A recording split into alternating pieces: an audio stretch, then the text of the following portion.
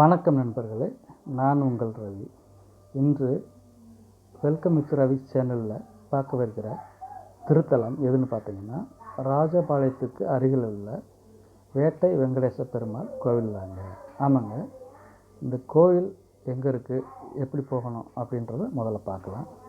பழைய பேருந்து நிலையத்திலிருந்து 100 மீட்டர் தூரத்தில் இருக்கிற காந்தி சிலைக்கு அருகில் மினி பேருந்து நிலையம் இருக்குங்க. அங்கேருந்து ராமலிங்கபுரம் பேர் போட்ட மினி பஸ்ஸில் ஏறி நம்ம பயணம் செஞ்சு இந்த கோயிலை அடையலாம்.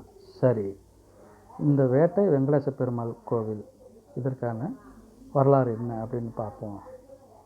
முன்பொரு காலத்தில் ராஜபாளையமானது பெத்தவநல்லூர் அப்படிங்கிற பேரில் சுமார் 700 ஆண்டுகளாக ஒரு கிராமமாக திகழ்ந்திருக்குங்க.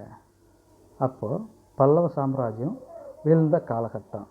அப்போது மக்களை பாதுகாக்க தேவையான அரசாங்க வீரர்கள் இல்லாத காரணத்தினால சட்டம் ஒழுங்கானது பாதிக்கப்பட்டு தினமும் வழிப்பறி, கொள்ளை, திருட்டு நடந்துகிட்ருக்கு.